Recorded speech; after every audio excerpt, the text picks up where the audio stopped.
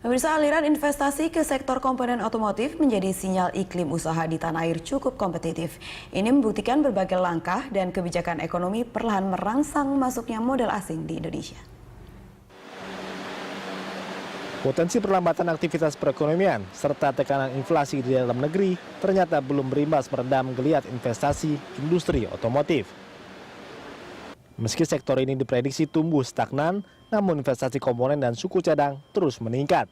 Sekaligus menjadi indikasi iklim usaha masih positif dan mampu bersaing di kawasan ASEAN.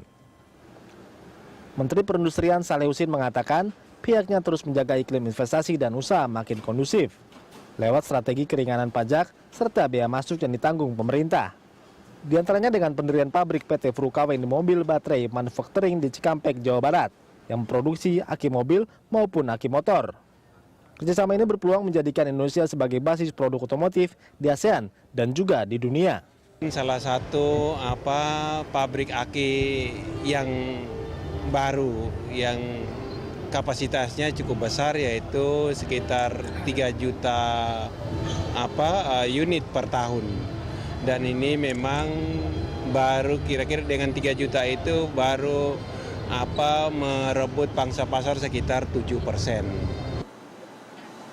Selain bertujuan mendongkrak penjualan di luar Jepang, investasi komponen juga bisa berkontribusi terhadap perekonomian Indonesia dengan target produksi 3 juta baterai aki per tahun dan menyerap kandungan lokal sebanyak 80%. Presiden Direktur PT Indomobil Group, Yusak Kerto Wijoyo menegaskan produksi aki atau baterai otomotif merupakan industri strategis. Hal itu sejalan dengan meningkatnya sejumlah kendaraan di Indonesia. Mobil di Indonesia itu masih sangat rendah. Kita baru kendaraan di Indonesia itu masih 220 orang. Di Thailand cuma 6 orang. Di negara-negara maju kira-kira satu mobil 2 orang. Jadi masih jauh sekali. Itu berkembang terus.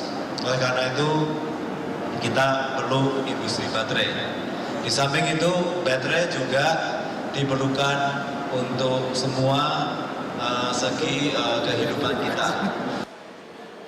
Pemerintah berharap volume produksi komponen makin memperkuat struktur industri otomotif dan daya saing Indonesia.